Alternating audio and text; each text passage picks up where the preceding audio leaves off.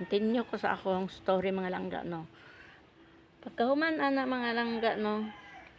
6 months na sa iyang trabaho kay every ang sa gobyerno manggod kinahanglan 6 man rataman 6 man unta na pero siya na padayon siya no.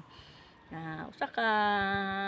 adlaw ana mga langga nga nagpauli siya gadalagan siya ana siya mami pasalamat jud ka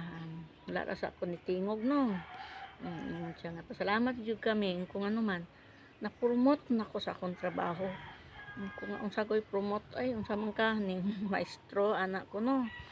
Sa dili malipay ni jud ka kay dili nako sa kalog mo trabaho. Mudako na pud unya ni akong sweldo kay 260 ra ba yang inadlaw mga langga nya pwede pang inita magpasaan pa taon siya kanang mga sinako nga balas, sinako nga semento kay magsemento baya sila anang kalog. Kung ano man siya nga na promote nako. Promote daw siya sa unsa asa day ka gitrabaho sa opisina ngano yung man kana promote siya nga dili kanang gikuha nako og kanang helper sa bakho lipay sa kay sa pero okay na lang gid me ana siya kay ngano ana mang langga ba so kita nga inano say makatawa ta nga naluoy ta no kay lagi wala lagi hinumanan in taon nalipay na lang sa ingon ana nga trabaho no kay siya nga malipay na lang kami kay dili na kaipod ko sa initan kaysa kuan man ko nang helper ako sa bakho pero sa wala gay swerte pod nga langga no nga natunong pod niya nga iyahang helperan grabe pod ka way puangod mga langga no okay naikausa magdalagan-dalagan tan ning wala ra gud siya buot kay si utso di pa manggod na ingon nga naagi na sila ibuot no kay lagi pa pud nang wala ba sila ingon nga nagka giunsa-unsa nako pagsugo kay lagi ako himanggaon mong gugog anak di ko ganahan nga ako magkabalaka man ko di man ko para nang ubang mga inahan mga langga nga bisag kanang lisod ang trabaho sa ilang anak murag okay ra nila murag wala sila ginakulban pero ako kulbaan mong gyud ko bisag karon gani no. Sus naikausa mga langga nga pauli taon siya sa balay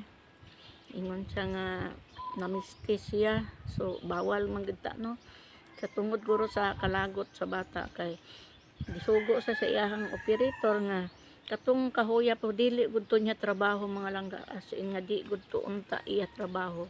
sugo siya nga katong nga kahoy putlon gadala pud taon siya ning nadili bisa kabalo mo gunit pa og sundang sa unang malangga kay wala man ko ginasugo-sugo sa unang kanang mga ugamit ana kay ngano madlok ko basi masamad ana ba nang say ingon po ko nga dili gud ay ingon nga dapat nga ang atong anak ato gong bawalan sa tanan nga gamit nga samot bagog kita pigado ra no nga kinahanglan ato gud ay silang anaron sa trabaho gud kay ug maabot man gud ang panahon nga nasyag na sila sa edad nga di sila kabalo mo trabaho lisod kisugo siya ipaputol to nga kahoy nga dako-dako ba daw kay natumba ipaputol oo giputlon ta niyan laka siya may gani daw nakalingi siya kay kanduson unta sa iyahang operator ang punuan so og makandos ng punuan asa paingon sa iyaha madatugan sa suspurya pa kuan lang no so didto lagot kay sa abot diya nga kahilumon man gud ni akong anak mo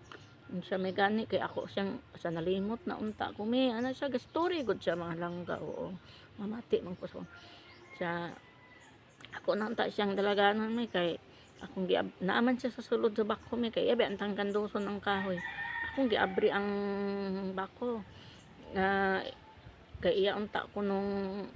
kuanon kulatahon so may gani mi kay pag abri nako sa pertahan sa bako wala gud siya gatingog na ako la gid pug ko ka tingog kay lagot ko kay matumbahan abi ko ana siya no pero dili to iyang trabaho gud kay ang iya man gud untang trabaho ra jud ana ano ka helper siya igo ra gud siya mo guide nga ug unsa dire mga maagian din og mga katong mga tag-iya abi ana nga mga kuan maura gud unta tong iya ha siya ra bay mag-guide nga diri mo agi so di gud to iyang trabaho pero salamat ra pud ko nga wala ra gid pud to matabo no kay simple sa linghod sa edad sa bata di pud maayo nga makaano siya makasakit og tawo ako gisang giingnan nga og maagwanta ayaw gid panakit og tawo ana ko mga langga